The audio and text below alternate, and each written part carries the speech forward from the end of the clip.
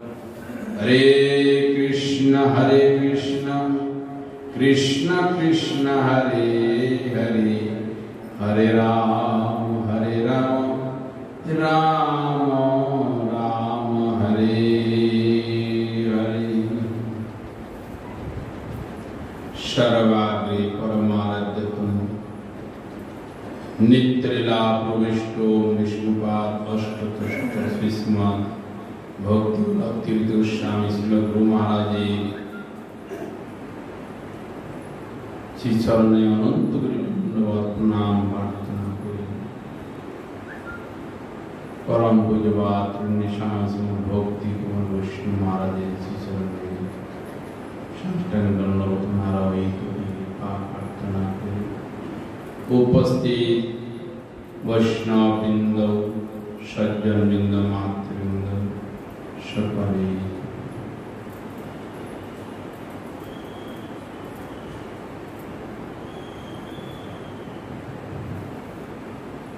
वैष्णवे गुणगान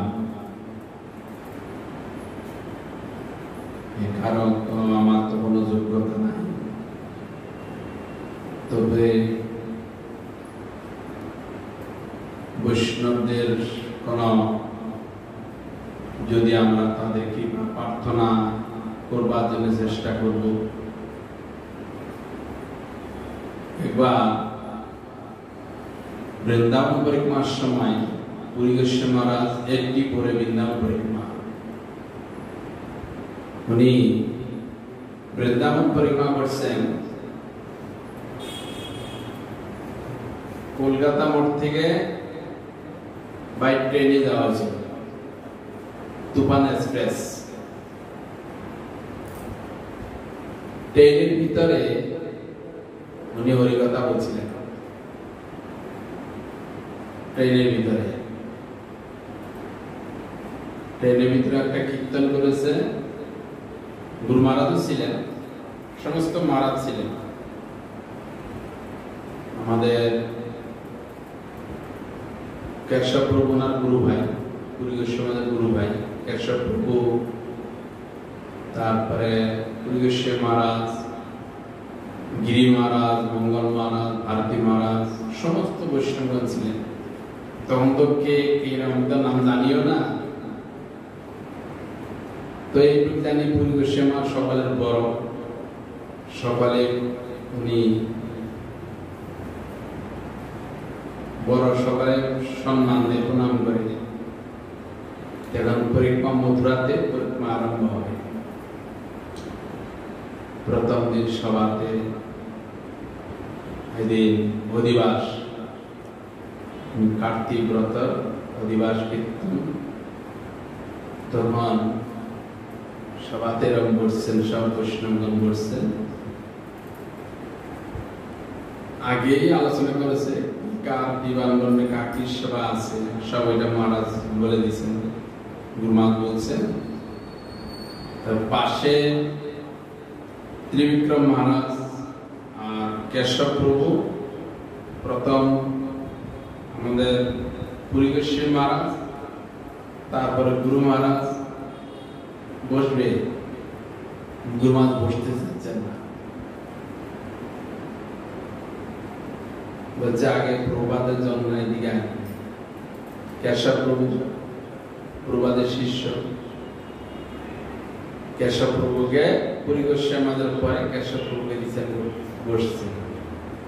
তারপরে গুরু মহারাজ বসছেন, তারপরে ভারতী মহারাজ, তারপরে গিরি মহারাজ, মঙ্গল মহারাজ, এরকম পর বসছেন। কিন্তু তাও বসছেন না, আসন দিয়েছে এইভাবে, তাও বসছেন না। ত্রিবিক্রম মহারাজ আছে, ত্রিবিক্রম মহারাজকে দিয়েছে। ত্রিবিক্রম মহারাজকে দিয়েছেন, ত্রিবিক্রম মহারাজ বসছেন। তখন পুরী গোস্বামী মহারাজ একটা কীর্তন করেছেন। ধামের স্বরূপ স্মরিবে নয়নে ওই ওরাদার দাসী। এই কীর্তনটা করছেন কবে গৌরবাণী নাকি এটা করতে না, কবে গৌরবাণী সুরধ্বনি তটে হারা দেহা কৃষ্ণ বলি। এই কীর্তনটা করছেন আমার একদম পরিষ্কার মনে আছে। এই কীর্তনটা করেন আর কাঁদছেন, কবে গৌরবাণী সুরধ্বনি তটে হারা দেহা কৃষ্ণ বলি। কাঁদিয়া বেড়াবো দেহ সুখ ছাড়ি নানাবতা তরুতলে। দেখেন বৈষ্ণবগণের কিরকম মনে, তাদের কিরকম আবেগ। আমরা তো এই সমস্ত কীর্তনের কোনো অর্থই বুঝবো না, এর কি অর্থ, কি তার মাধুর্য।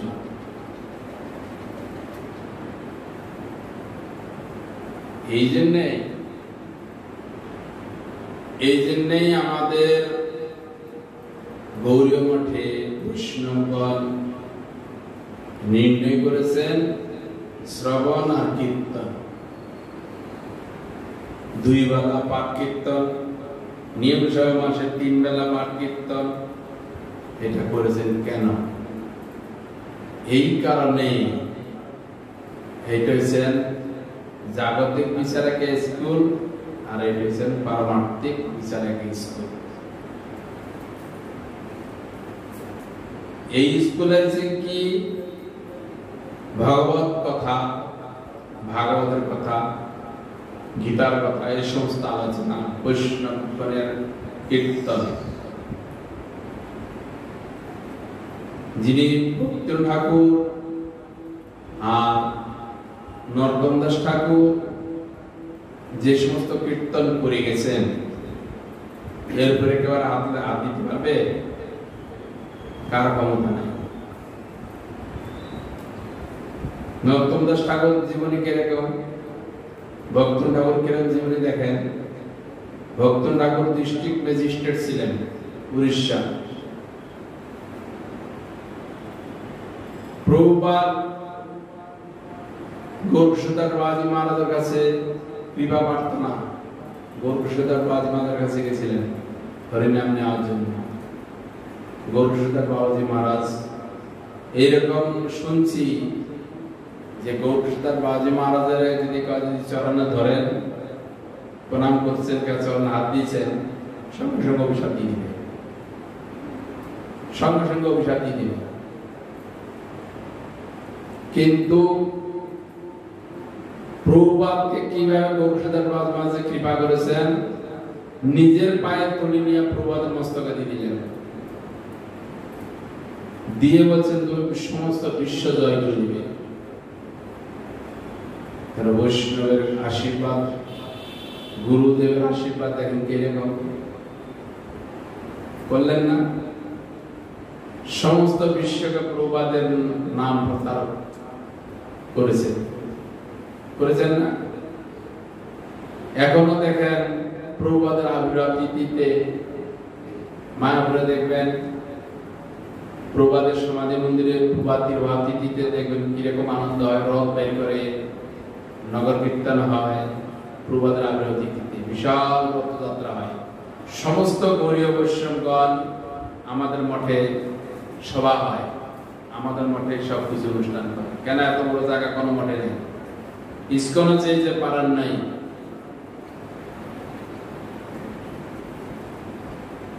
বৃন্দাবন পরিক্রমার সময় যে পুরী গোস্বামী মহারাজ যে কীর্তন গুলা করেছে, তখন পুরী গোস্বামী মহারাজে আমাকে দেখলেই, আমার নাম ছিল মধুসূদন,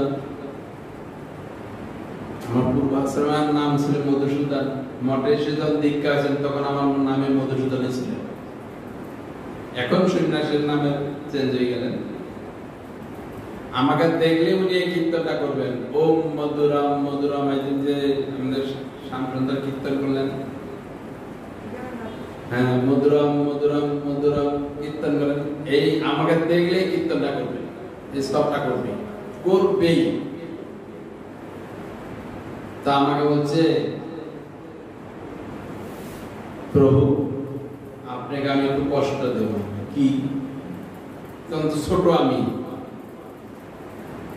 বলছে আমি তো একা হেঁটে যেতে পারি না, আমার লাঠি নিয়ে অসুবিধা হয়, আপনার কাঁধে আমি হাত দেব।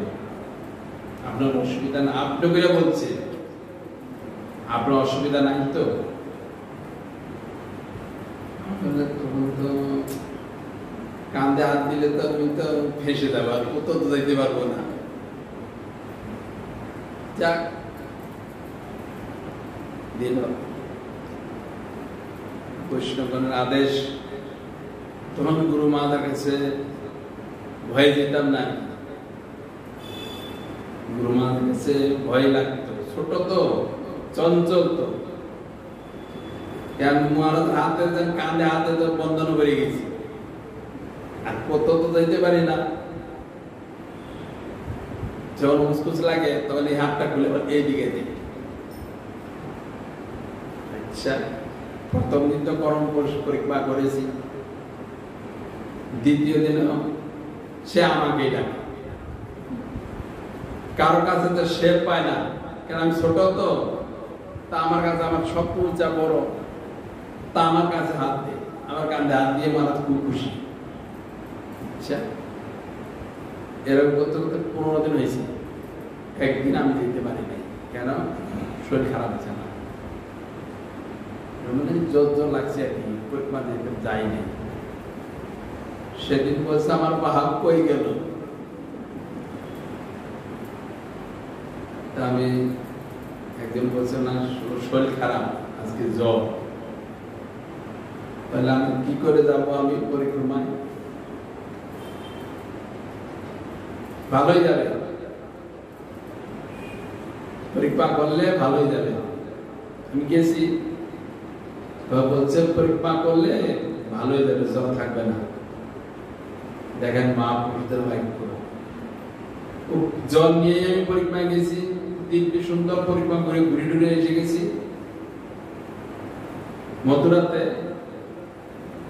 এখানে মহিমা হলো, কীর্তন হলো, পরিক্রমা হলো, সব ঘুরাই 1টা-2টা প্রায় বাজে। প্রসাদ পাইতে বলবো, প্রসাদ পাইতে পারি না, এত জ্বর আমার। আমি যখন পরিক্রমা করছি কিন্তু আমার জ্বর নাই। মঠে আসছি, যেখানে আসছি ওইখানে আমার জ্বর। তখন গুরু মহারাজে শুনে, গুরু মহারাজের কাছে ওষুধ থাকে, হোমিওপ্যাথিক ওষুধ। গুরু মহারাজ হোমিওপ্যাথিক ওষুধ রাখেন, হোমিওপ্যাথিক ওষুধ দিয়েছে আমাকে, বলছে তোমার শরীর খারাপ, না এটা খাও। করলাম, মুখে দিয়ে দিলাম, ভালো হয়ে গেছে।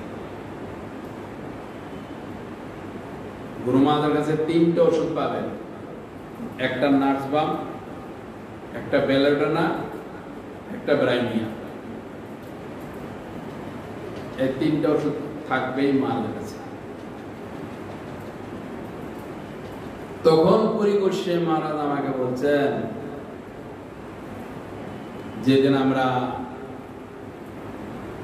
মথুরা থেকে গোবর্ধন, বর্ষানা, তো ক্যাম্প হইতো, অনেকগুলা ক্যাম্প হইতো, তো কমে গেছে, তো এত তাত্ত্বিক ছিল না।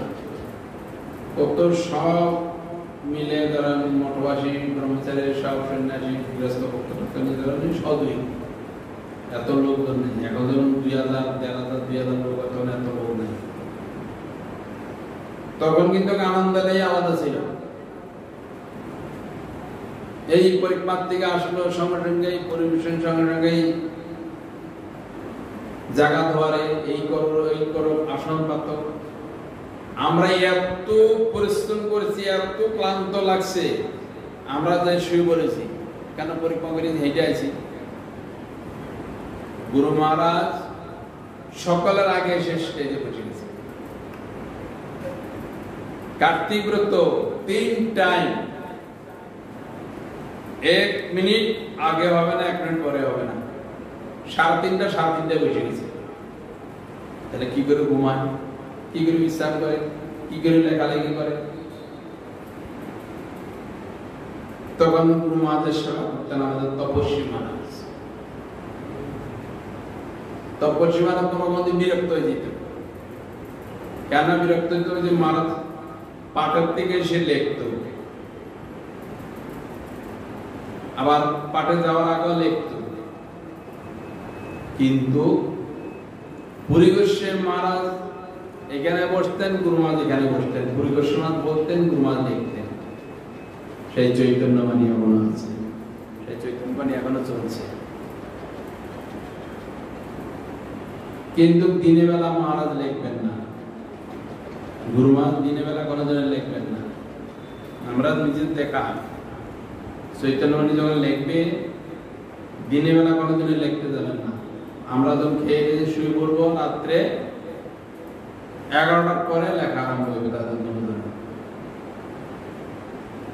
এই 11টার পরে আরম্ভ হবে, রাত্রে 1:30, 2টা, 2:30 বেজে যায়। আবার ঠিক মঙ্গলাতি, সকালের আগে মঙ্গলাতি যে হাজির। কলকাতা মঠেও পুরী গোস্বামী মহারাজ, গুরু মহারাজ, মঙ্গল মহারাজ সব মঙ্গলাতির আগে এসে হাজির। আমরা উঠতে পারি না, মঙ্গলাতি যেতে পারি না, কিন্তু গুরু মহারাজ মঙ্গলাতির আগে হাজির। তখন আমাকে একদিন ভারতী মহারাজ বলছে, এই মঙ্গলাতির কথা বলছিলেন, বলছেন আমার মঙ্গলটা কি করে হবে জানো? না, বলছে ভগবানকে যখন মন্দিরে পূজারি এসে মন্দিরে থাকে, তো মন্দিরে যাবে, ঠাকুর জাগাবে, ভোগ লাগাবে, কি করবে যাই করুক, যখন দরজা খুলবে সেটাই দর্শন, সেটাই দর্শন করলে আমার মঙ্গল হবে। আর আরতির শেষ অর্ধেক হয়ে এসেছে, দর্শন করলাম, কিন্তু সেটা করে সে তো তৃপ্তি পাওয়া যাবে না। মন্দির খুলে যখন দর্শন করবে, যেটুকু আনন্দ পাবে, হয়তো মাঝ রাস্তায় মাঝখানে এসে দর্শন করবে, সেই সুখটা হবে না। ঠিকই, সত্যি। আপনি আমাকে যখনই রাখেন, রাত 2টার সময় আজ হাজির যাব। আমার ঘুম এত পাতলা, এত হালকা। আমাকে কলকাতা মঠে গুরু মহারাজ বলছেন একদিন, বলছে আমরা তো দিল্লি যাব, কিন্তু এখান থেকে তো মরতে বের দেবে 6টায়, তা আমার তো আগুন খাইতে হবে, 3টার সময় আমাকে ডাকতে পারবে? ঠিক আছে। আমি শুই 3 তলায়, আর মহারাজ গুরু মহারাজ থাকে 2 তলায়। আমি 3 তলাতে ঠিক 3টার সময় এসে গুরু মহারাজ ঘর সামনে বসে আছে,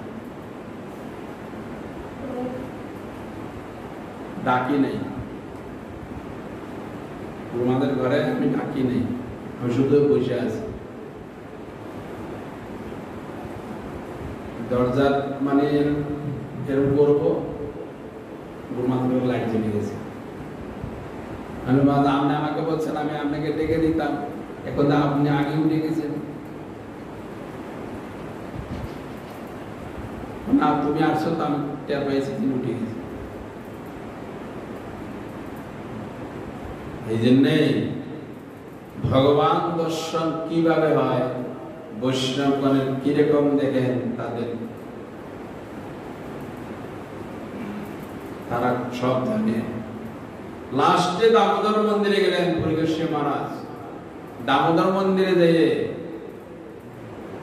উনি ভগবানের সামনে তো কান্না করতে নাই, ভগবানের সামনে রোদন করতে নাই, দামোদর মন্দিরে যেয়ে প্রণাম করে গড়াগড়ি দিচ্ছেন। পুরী গোস্বামী মহারাজের গায়ে কোনোদিন আমি দেখি নাই যে গেঞ্জি পড়তে দেখি নাই, খালি গায়ে। বৃন্দাবন পরিক্রমা করছেন কিন্তু খালি গায়ে। আমরা যখন গেঞ্জি গায়ে দিই কিংবা জামা গায়ে দিই, পুরী গোস্বামী মহারাজ কোনোদিনও খালি গায়ে, কোনোদিনও গেঞ্জি পরেন নাই, গুরু মহারাজ গেঞ্জি পরতেন, কিন্তু কেশব প্রভু ফতুয়া পরতেন না। গুরু মহারাজও কোনোদিন জামা পরেন নাই, জামা কি জানেই না। কিন্তু পুরী গোস্বামী মহারাজ তিলক করবেন, আজকে তিলক করছে, সকালে ভোর 4টার সময় তিলক করবে। যে কীর্তনে আসবে, স্নান করে 3:30টার সময় আসবে। এই যে তিলক করে সেই সকালে যে ভোর 4টার সময়, 3:30-4টার সময় যে তিলক করলো, সারাদিন থাকবে, কিন্তু তিলক মুছবে না। উনি করেন রাধাকুণ্ডের তিলক, কালো তিলক। তখন আমি গুরু মহারাজকে জিজ্ঞাসা করছি, মহারাজ অন্যান্য বৈষ্ণবগণ দেখে কালো তিলক করে কেন? তখন গুরু মহারাজ বলছেন, এই তিলকটা হচ্ছে গোপী তিলক, আর ওইটা হচ্ছে রাধাকুণ্ডের তিলক।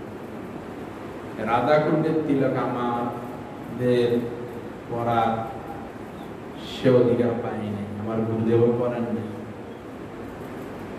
এবং রাধাকুণ্ডের তিলক ধারণ করা তো সহজ না। এখন তো রাধাকুণ্ডের তিলক নামে রাধাকুণ্ডের তিলক, অরিজিনাল রাধাকুণ্ডের তিলক নয়। তিলকের মধ্যে কি করে, এই গোপী তিলকের ভিতরে হর্তকি ভিজে দিয়ে, হর্তকি দিয়ে তিলকটা কালো হয়ে যায়। হর্তিকের কষে তিলক কালো হয়ে গেল, রাধাকুণ্ড বলে। কিন্তু অরিজিনাল রাধাকুণ্ডের তিলক করলেন, আজকে করলেন 24 ঘন্টাই থাকবে, মুছবে না।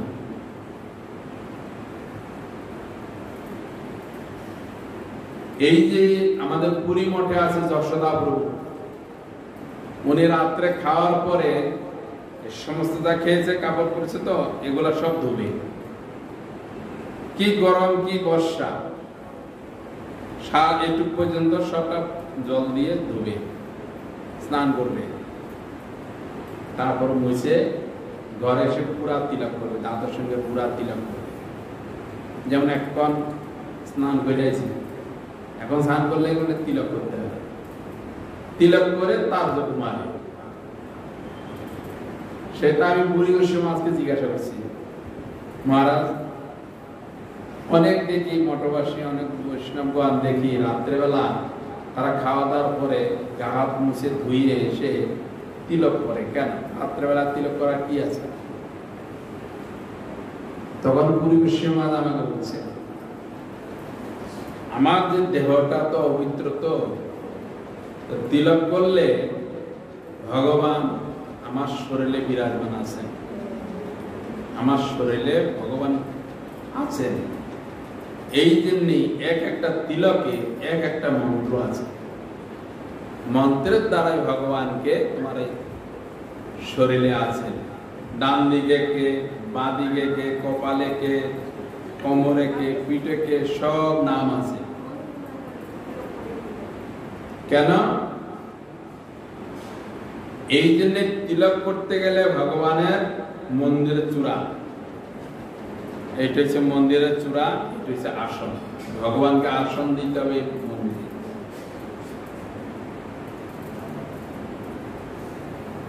এইরকম বৈষ্ণবগণের তাদের আলোচ্য বিষয় এরকম করতেন। এই জন্যই যদি আমরা জানতে অজান্তে যদি ওনার চরণ অপরাধ হয়ে থাকে, উনি ভজনের তো প্রবীণ, ওনার দেওয়ার কখন আমি উনি যে খায়, সারাদিনে এইটুকু অন্ন খাবে, দুপুরে ভোগ করে এইটুকু অন্ন। আমারও কিছুদিন সেবা করার সুযোগ পেয়েছি কলকাতায়। উনি রাত্রে খাইতেন খই আর দুধ। আমি যখন সেবা করেছি, খই আর দুধ। আর উনি শিষ্য করেছেন 2 জন প্রথম আমাদের মঠে, একজন দয়াল, একজন গৌতম। দয়াল হচ্ছে প্রথম শিষ্য, আর গৌতম হচ্ছে পরের শিষ্য। কিন্তু গৌতম তো চলে গেলেন, মারা গেলেন, দয়াল আছে, দয়াল আছে। ওনার দেখেন পুরী বিশ্ব মহারাজের কিরকম চরিত্র, তারা ভগবত সবসময় ভগবত চিন্তাই আছেন। ওনার হরিনামের ঝোলাটা এত বড়, এত বড় হরিনামের ঝোলা, কিন্তু উনি এরকম হরিনাম করতেন।